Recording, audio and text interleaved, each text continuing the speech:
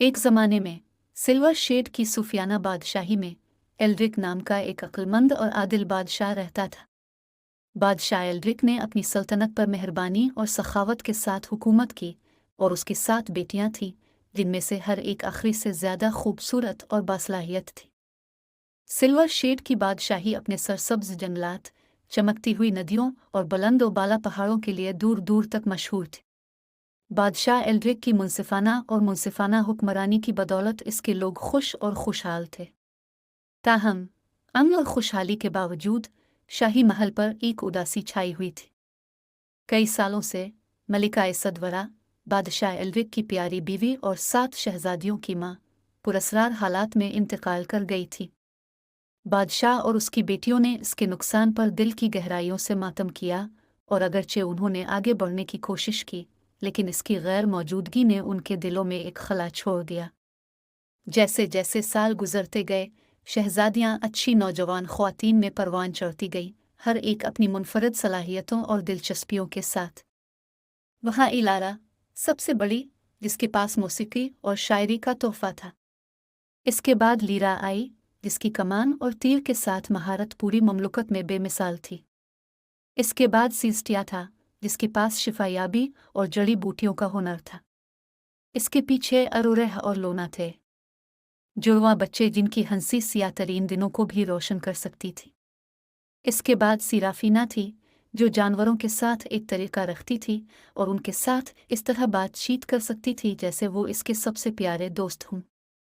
और आखिरकार स्टीला थी, जो उन सब में सबसे कम उम्र और सबसे ज़्यादा मुहिमजोई थी, जो सिल्वर शेड की सरहदों से बाहर की दुनिया को तलाश करना चाहती थी।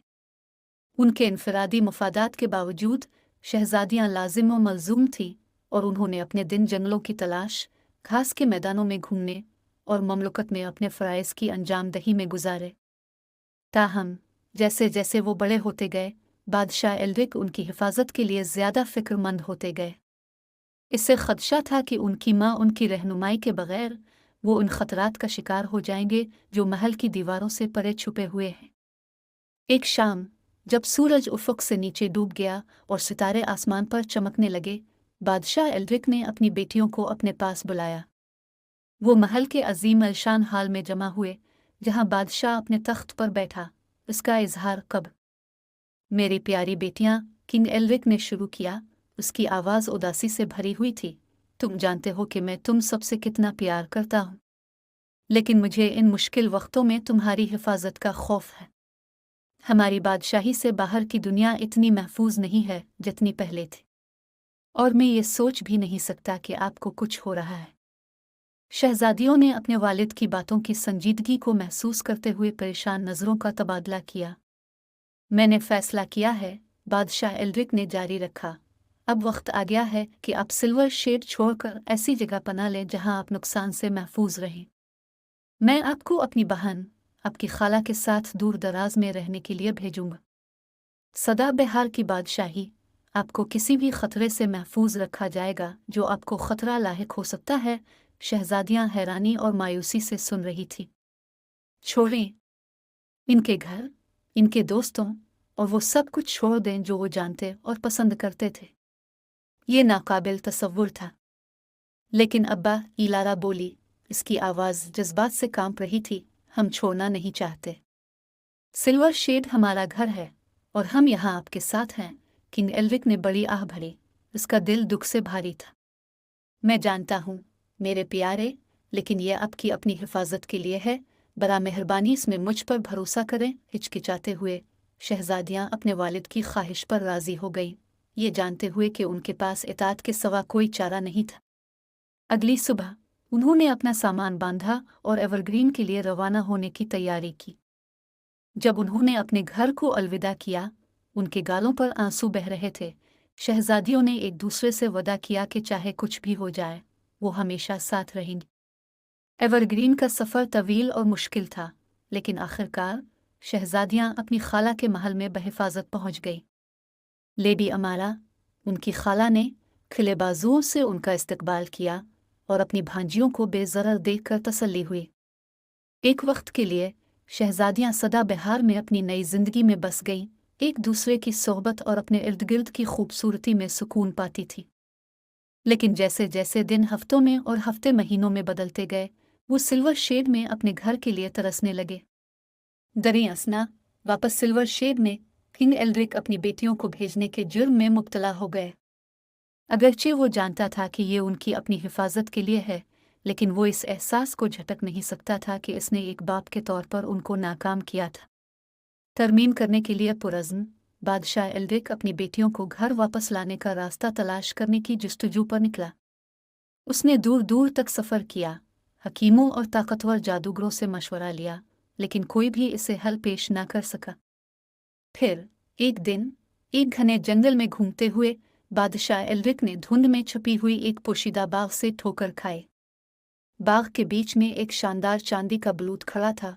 उसकी शाखें फैले हुए बाजुओं की तरह आसमान की तरफ बढ़ रही थी। जैसे ही बादशाह एल्ड्रिक दरख्त के करीब पहुंचा, उसने इसके कदीम तने से निकलती हुई एक नर्म आवाज़ सुनी। सिल्वर शेड के बादशाह, तुम मुझे क्यों ढूंढ रहे हो? हैरान होकर बादशाह एल्ड्रिक ने एहतराम से झुकाया। मैं आपकी हिकमत चाहता हूँ, अजीम दरख्त। मैंने अपनी बेटियों को उनकी हिफाजत के लिए रवाना कर दिया है, लेकिन अब मुझे डर है कि मुझसे कोई बड़ी गलती हो गई है। क्या मैं उन्हें घर वापस लाने का कोई तरीका है? चांदी का बलूत एक लम्हे के लिए खामोश हो गया, इसके पते हुआ में सरसराहट कर रहे थे। फिर आखिर में ये बोला, एक रास्ता है, लेकिन यह आसान नहीं होगा। आपको 7 जादुई नमूने दोबारा हासिल करने की जस्तजू में लगना चाहिए, आपकी हर बेटी के लिए एक। तभी वो सिल्वर शेड में वापस आ सकेंगी। किंग एल्ड्रिक ने सर हिलाया, उसकी आंखों में अज़्म जल रहा था। मुझे बताएं कि मुझे क्या करना है, और मैं ये करूँगा। और इस तरह चांदी के बलूत ने बादशाह एल्ड्रिक को 7 नमूनों के मकामात का इंकिशाफ किया। हर एक की हिफाजत ताकतवर सरपरस्तों ने की और बादशाही के दौर कोनों में छुपी हुई है। भारी दिल और तजदीद मकसद के साथ किंग एल्ड्रिक अपनी तलाश पर निकला, अपने ख़ानदान को एक बार फिर से मिलाने का अज़्म किया। इसका पहला पड़ाव गूंज का गार था, जहां उसने सबसे बड़ी शहजादी इलारा के लिए एक चमकता हुआ हार बाज़याफ्त किया। इसके बाद उसने क्रिस्टल क्यूरंस का सफ़र किया, जहां इसे लीरा के लिए क्रिस्टल कमान का दावा करने के लिए एक खौफनाक ड्रैगन का सामना करना पड़ा। फिर इसने हीलिंग स्प्रिंग्स का सफ़र किया, जहां उसने सीस्टिया के लिए शिफा बख्श तावीज़ जमा करने के लिए ख़तरनाक पानियों का मुकाबला किया। अपने हासिल करदा हर नमूने के साथ बादशाह एल्ड्रिक कामयाब होने के लिए मजबूत और पुरज़्म होता गया।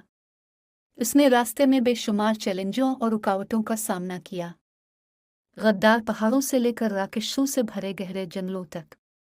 लेकिन इन सब के जरिए वो अपने अज़्म में कभी डगमगाता नहीं था।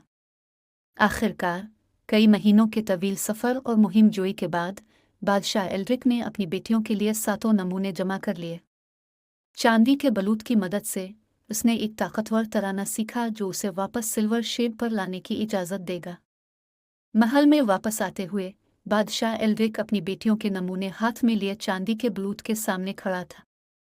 एक मुस्तहकम आवाज़ के साथ उसने अपनी सारी मोहब्बत और चाहत को अपने अल्फाज में डालते हुए तराना पड़ा। जैसे ही वो बोल रहा था, एक शानदार रोशनी कमरे में भर गई और हुआ जादू से चमक रही थी। और फिर एक एक करके 7 शहजादियां उसके सामने नमूदार हुईं। उनके चेहरे हैरत और खुशी से भर गए।